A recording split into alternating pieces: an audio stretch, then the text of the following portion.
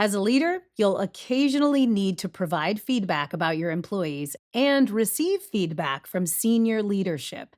Giving feedback can be as difficult as receiving it, especially if it feels like criticism. Feedback is designed to improve performance, and you can adopt the mindset that it will help rather than be a punishment. Different situations may call for various forms of feedback. When observing a behavior that needs to be addressed immediately, you might advise your employee on how to correct their process. It can be as simple as adjusting their approach to a task or as complex as setting up a sensitive conversation with an employee about their inappropriate behavior.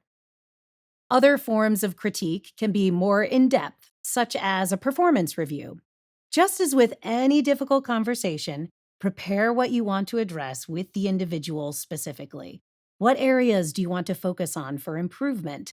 What questions might you need to ask to clarify the situation to avoid assumptions? Separating the behavior from the person is important to keep your advice from becoming personal. This means you can show them that their actions are discouraged, but you encourage them as a person. And preparing ahead of time is a good way to help you focus on the specific issue. Emotions can run high during a feedback session, so be prepared to master your feelings. When developing feedback, address the issues specifically.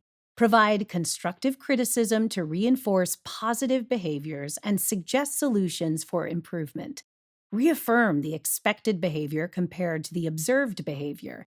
It's possible that your employees may not have understood your expectations, so make sure they understand what the expected behavior is before moving to a process for improvement.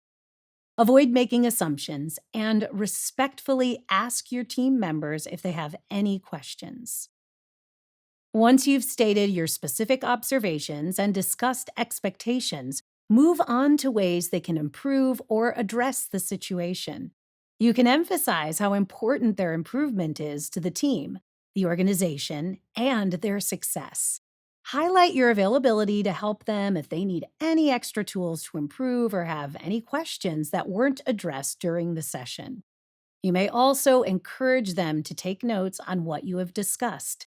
That way, they can refer to the discussion and ensure they are on track for improvement.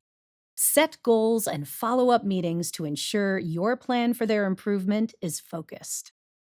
As difficult as providing feedback can be, sometimes receiving criticism from senior leadership can feel personal and be more difficult to take. Feedback is designed to help you improve professionally.